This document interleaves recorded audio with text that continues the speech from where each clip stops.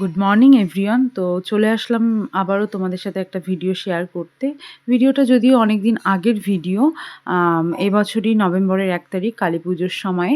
তো বহুদিনের আমার একটা ইচ্ছে ছিল যে আমি বড় মায়ের দর্শন করতে যাব কালী পুজোর সময়। আমি আগেও গেছি মায়ের কাছে মাকে দর্শন করতে। বাট কালী পুজোর সময় যাওয়াটা আমার কখনো হয়নি। তো বহুদিনের বা বহু বছরের আমার ইচ্ছাটা এবছর পূরণ হলো। মা চেয়েছে বলেই আমি মায়ের কাছে হয়তো যেতে পেরেছি। তাই আমি আমার মাকেও সাথে নিয়ে নিয়েছিলাম, মাসিকেও নিয়ে নিয়েছিলাম।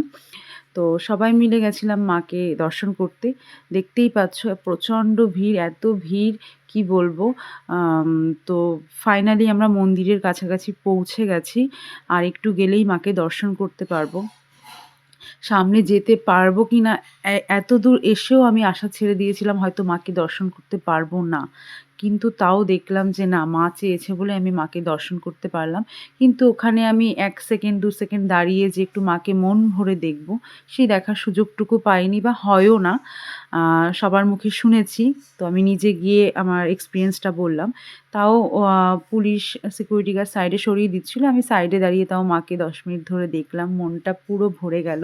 আর মাকে কি সুন্দর লাগছে তোমরা দেখো। আমার তো ভীষণ ভালো লেগেছে। আ জয় বড় মা। তোমরাও সবাই বলো জয় বড় মা। তো দেখো বড় মা তোমাদের সব দুঃখ কষ্ট মুছে দেবে। Tata, bye bye.